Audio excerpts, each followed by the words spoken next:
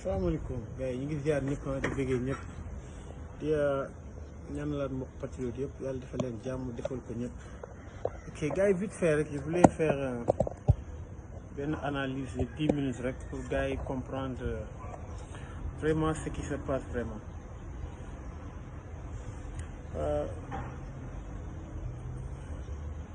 gars yi Sénégal foog ñu gën a am analyse ba pare am pouvoir de capacité de discernement ñu xam vraiment lu xew.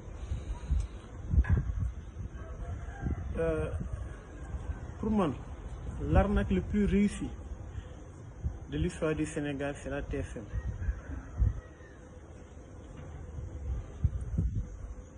Gis nga arme bi gën a redoutable bi nga xam ne Macky Sall yor na ko c'est pas la police c'est pas la gendarmerie nekkul l'armée nekkul sax xaalal alal ji nga xam ne mun nañ ko jëndee silence nit ñi. Arme bi gën a redoutable Macky Sall yor c'est la TFM et par le biais de son ami Youssou Ndour dañoo élaborer benn système bu extraordinaire bien réfléchi pour que sujet yi nga xam ne yëpp dafa nekk sujet yoo xam ne ça choque les Sénégalais dafa nekk sujet yoo xam ne day maanaam c'est très gênant muy ci côté corruption muy ci côté lobby LGBT yi ngay dégg muy ci côté scandale au sein même de l'État xoolal suñ ko indee ci TFM lañ koy indi. Et ce qui est plus grave gars yi dañoo def tout ba bu def ay émission te du jàkkaarloo kese bëri na ay émission yoo xam ne bii TFM émission yu nasaxel xel émission yoo xam ne day atténuer maanaam dañuy subir un lavage de cerveau des Sénégalais pour même su fekkoon Sénégalais war nañ indi ñëwu day atténuer day am ay circonstances atténuantes. Pour citer par exemple TFM l'émission TFM soo leen xoolee c'est très bien élaboré soo xoolee pàcc Sénégalais bu nekk am na ci benn am na ci représentant maanaam dañoo jël ay acteurs parce que jàkkaarloo dafa nekk loo xam ne benn long métrage boo xam ne dañoo def tout long métrage boo xam ne dañoo def tout pour côté bu nekk ci société bi am ci représentant maanaam série bu gudd la série bi dañ ko def ay épisodes y a des acteurs bien définis nag du ay caaxaan. soo xoolee côté banlieue bi soo xoolee Malal moo leen représenté ça veut dire que am na ñoo xam ne dañuy seetaan TFM uniquement parce que Malal day contredire yenn membres yi nga xam ne ñi ngi biir TFM ñi ngi biir jàkkaarloo maanaam côté banlieue bi yi nga xam ne ñi ngi koy ñaxtu Malal da leen koy ñaxtu ko am na parti boo xam ne même su dee 15% ñoom dañuy suivre Malal am benn parti boo xam ni la partie sensible intellectuelle maanaam Pape Djibril Fall moo leen représenté. Pape Djibril Fall di chroniqueur journaliste bu très pertinent mais moom sax il comprend pas qu'on est en train de l'utiliser moom sax comprendre ni dañ koy utiliser actuellement maanaam moom acteur la boo xam ni il s'ignore parce que TFM dañ ko soxla parce que pertinence am ak doole bi nga xam ne am na ko ci réseaux sociaux yi ak parti sénégalais bi nga xam ne dañ kaa gëm di ko déglu. Pape Djibril il est de très bonne foi mais il est utilisé sans que lui-même ne le sache parce que dañuy soxla 15% boobu nga xam ne Pape Djibril Fall la ñuy seetaan Pape Djibril Fall retenir le maximum possible ci biir émission jàkkaarloo bi mais du Pape Djibril la ñuy déglu dañuy déglu yeneen membres yi nga xam ne ils sont extrêmement préparés et ils sont extrêmement élaborés pour def lavage de cerveau sénégalais nga ñëw ci Bouba Ndour soo rôle dans jàkkaarloo comme moom c'est le frère du propriétaire moom mooy raxas jaru jàkkaarloo jaru TFM pour waa TFM ne pour sénégalais yi ne soo xoolee TFM dafa impartial soo xoolee Bouba Ndour tout le temps il défend même su dee pourcentage bi noonu day défendre la cause de l'opposition, la cause des Sénégalais mis à l'écart. Mais pourtant gëmu ko parce que le fait que rôle bi muy joué dafa important ci biir TFM pour Sénégalais duñ na TFM c'est une télévision d'État. Bouba Ndour moom mooy joué en sapeur-pompier soo xoolee ci biir série bi maanaam scénario bi ñuy joué am na benn partition boo xam ni moomu Birima ñoo koy joué tout le temps. Birima naan ko opposant nga mu naan ko bul ma waxati opposant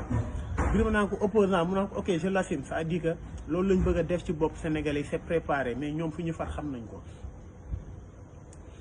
beneen bi mooy Birima soo xoolee Birima kii nga xam ni yëpp heure bu ñu invité benn par exemple parti de l'opposition wala benn membre de l'opposition coriace tout le temps dañuy interpeller Birima pour mu ñëw toog pour contrer ko. Birima loolay rôlam ci biir jàkkaarloo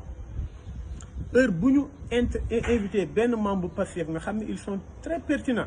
soit ñu woo Birima mu naxasal xel parce que Birima du raisonner il crie doo wax wala ñu woo benn maître El Hadji Diouf mu lay saaga di la wax lu ne. beneen bi Papis Diaw soo xoolee à chaque fois kenn critiquer Macky Sall ci benn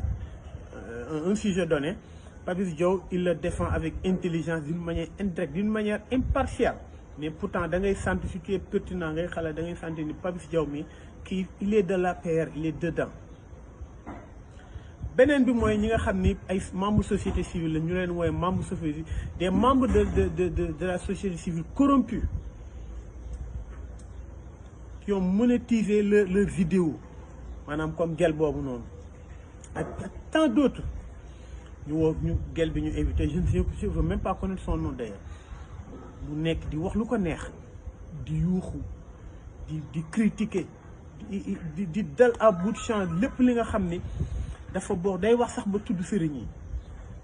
mos nañ ko intéressé muy wax di n'importe quoi ci Sonko c'est-à-dire que kooku moom dafa bokk ci kii c'est pas un acteur principal mais c'est une actrice occasionnelle boo xam ni am na ay sujets yoo xam ne foog ñu indi ko sujet góor jigéen il fallait ñu indi ko parce que féminisme ça rime avec góor jigéen ça rime avec le lesbianisme. beneen bi mooy maanaam bon maa ngi doon tëb Charles Faye moom aussi bon il joue à l'intellectuel maanaam tantôt il est du côté de l'opposition tantôt sa pertinence le laisse flancher un peu du côté du pouvoir tantôt il tire sur les deux moom sapeur-pompier la parce que côté intello bi moom mooy wane ni des fois bon il joue pertinence am fu dëgg féete rek fa lay nekk mais il est dedans aussi il fait partie du système c'est un système bien huilé bien élaboré. beneen bi mooy les victimes de Jakaarlo mooy ñi nga xam ne ñu ngi leen di invité kuñ ci invité sujet bu ñu boo mënti indi gars yi dinañ ko segg par une microfiltration dinañ ko segg di ko wàññi di ko refroidi ba naxasal xelu sénégalais ba yow mi ñëw sax da ngay tiit soo xoolee oustaz bi ñu invité démb dafa mujjee sax moom tiit maanaam moom dañ ko mujj sax moom d'un côté maa ngi jéggalu mais dañu mujj sax intimider ko ba moom sax su demee il va se remettre en question di xalaat comment ça fait-il ñoom ñu toog ne góor jigéen dafa nekk loo xam ñi ko moom ils sont puissants ils contrôlent le monde xanaa duñu ay jullit mais Chine bouddhiste lañ gëm mais Chine kenn sañul taxaw foofu naan leen da ngeen légaliser góor jigéen duñ ko nangu seen dëkk duñ ci waxtaan mais duñ ko nangu kenn sañul dem foofu pourtant ñoom téye àdduna bi deuxième puissance mondiale ñoom la ils avancent à pas forcer bientôt la première puissance économique du monde si il ne l'est déjà. Russie l'un des puissances nucléaires au monde le plus grand pays au monde Russie xalaatoo fa wax affaire góor jigéen foofu fa kii dañuy rëq sa ndigg nga jël ay Inde il avance à pas forcer économie mondiale aussi Inde doon dëkk boo xam ni légaliser woon góor jigéen maanaam tamit criminaliser wuñ ko mais permettre nañ seen population ku gën di def affaire jigéen ñu tëj ci la ba nga nooy nekk pour ne citer que ça ay yenn dëkk yu bëri yoo xam ne Iran sañoo faa wax loolu te ñooñu dañoo seen dëkk dañuy dund waaw léegi ngeen ne léegi ñooñu ñun en tant que pays jullit référence ñeena ñun kon ñun waruñu wax ci affaire góor jigéen parce que ñooñu contrôler et c'est du n'importe quoi yàlla bind àddunaam gi si juróom benn fan bind nit ñi sàq leen yàlla teg bind ci alxuraan ne lii baaxul bible bi bind ko ne lii baaxul nga ne loolu soo ko waxee wóorul mais da ngeen ñoo yeb ma terminer ci maanaam ci système bi ñu teg ci jàkkaarloo dafa amoon benn élément bu ci manqué pièce du puzzle la maanaam série bi dafa am élément bu ci manqué woon élément bi xam nga kan la Macky Sall régime bi dañoo soxla woon un journaliste pertinent et international koo xam ni Afrique yëpp xam nañ ko nga xam dina mun a défendre loo xam ne dañ naan kii kat ndagam moo wër Afrique yëpp soo waxee il interpelle maanaam dëkk yi mu dem kii yu mu couvrir président yi nga xam ne introsé na fu mu waxee dañ naan kii comme wër na àdduna bi yëpp borom xam-xam la kooku moo ci manqué muy Cheikh Yérim kay réfléchissez lan moo tax Cheikh Yérim ñëw bokk ci série bi parce que moo ci manqué woon parce que il est international ñi fa toog yëpp c'est le seul journaliste international c'est-à-dire que la pièce du puzzle Cheikh Yérim moo ci manqué woon naxasal xel yi moom c'est un as de ça soo xoolee démb moom sax moo gën a refroidir oustaz bi toogoon jox si affaire góor jigéen beneen bi mu ne bon maa ngi tëj ci affaire góor jigéen bi ma wax parce que sans m'énerve bi sax beneen bi mu ne avion bi bon ça c'est un symbole de souveraineté soo xoolee Air Force One waaye yow États-Unis rawee Sénégal 100 000 années suñu tëddoon 100 000 années duñ leen raw kooku ngay tëkkaleeg sa bopp seen avion ak kii amuñu sax benn Air Force One ñu bëri lañ yor doo xam sax ban moo war a dem président su waree jug kenn xamul ban moo war a décoller keneen ku jigéen ki ñu invité mu ne bon nit uude nu mu la gisee la lay ëwalee kay pour yéen priorité avion la pour yow tubaab bi nga wàcce sa avion bu rafet noonu la lay respecté gars yi sax xam ngeen priorité fan la gis ngeen nawet baa ngi ñëw soo demee Kër Massar lépp gas nañ ko ñooñu tey ñi ngi commencé di am insomnie ndax di xalaat li ñu war a dund ñooñu ñu ngi commencé di yett seeni gaal pour nu ñu mën a déplacé woo ñi chômage bi nekk Sénégal tulleeg manle saa waay ñi fi liggéey yëpp ñooy dañu xëy jaay mbuus ñii di jaay café dëkk bi yëpp ay jaaykatu café lañ dëkk bi yëpp jaaykatu mbuus lañ dëkk bi yëpp ay ambulant lañ dangay romb mu ko yor ay lingom di jaay lan la mënal nit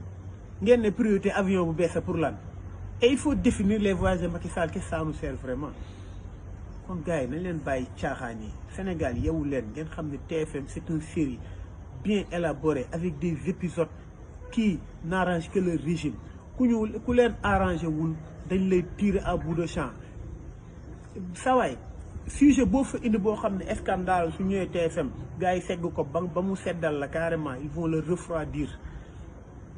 benn sujet la moo fi génn échappé leen muy affaire Sonko Adji Sarr parce que boobu c'est le peuple dañoo laal koo xam ne yàlla moo ko teg loxo muy Ousmane Sonko mënoo prévoir daraam lépp leen rëcc moo tax bi mu leen bettee sax bugguñu woon sax di ko couvrir dañoo dem di teg seeni film mi keeg yooyu boobu lépp moo leen rëcc mu réussir ñu dem nit ñi régler seen bopp seen problème mais sujet bu dugg TFM sawaay c'est un système bien élaboré une série bien scénarisée avec des épisodes qui n'arrangent que le régime gars yi mi ngoog nañ leen gën a xalaataat ba xam ni foog ñu yeewu bañ a doon ay dof li tax nag même soo bañee TFM sax da ngay mujjee di ko déglu parce que yow mi ko bañ tegal nañ la fenn koo xam ne yow da nga koy bëgg kooku noonu moo lay retenir ci émission bi nga koy seetaan di xaar mu wax su yenn sujet yi dañuy xaar mu wax du wax ñeneen ñooy li ñuy wax moo lay laver ce cerveau ils ont bien réussi ça chapeau Macky Sall c'est le coup du siècle les gars da ngeen ni réfléchir maa ngi jégalu mais gën leen ubbi seen xel xam ni système bi l'arme le plus redoutable de ce système qu'on veut combattre c'est la TFM parce que RTS kenn du ko déglu TFM télé boo xam ne c'est une télé privée boo xam ni il joue pour l'État c'est la semaine nañ leen yeewu ci loolu rek laa amoon li may wax gars yi maa ngi ziyaaral di bëggee ñëpp mais c'est vraiment énervant soo seetaanee émission jàkkaarloo que doo ci sax bëgg a wax mais il faut ñu wax gars yi ngeen yowwaat ngeen xool li ci xew tout est mise en scène lépp ay film la lépp ay scène li ñuy wax sax gëm ko des fois ñu créé benn kuréel boo xam ne kii wax fii kii fee bir ma xuloo Bouba Ndour kee xuloo kee ñu mais c'est extraordinaire sénégalais yi di ko commenter te xamul ni c'est un film ñoom ak nu mu tuddati man du ma seetaan série mais xaw ma maître dooma marié xaw ma je ne sais pas série yooyu ngay gis ay wiiri wiiri yëpp c'est la même chose que jàkkaarloo et am na yeneen émissions yu am biir TFM soo leen ko suivre yëpp pour naxasal xel la gars yi gën leen yow ñu gën a pare waat xaaraat am nañ lu ñu doy sëkk gars yi lii day jeex quoi gis nga lii nii ñu teg day jeex tàkk système bi dafiy jóge leneen lañ fiy teg te incha allah yàlla suñu borom da koy def j'en suis persuadé mbirum Ousmane Sonko lu yàlla teg la benn par benn lu yàlla teg yàllaa ko teg sàmmal ko boppam gis nga yàlla suñu borom avant mu ñuy jox ay pétrole ak yooyu muy feeñ dafa xaar ba wutal ñu koo xam ne mun na càmbar loolu muy président Sonko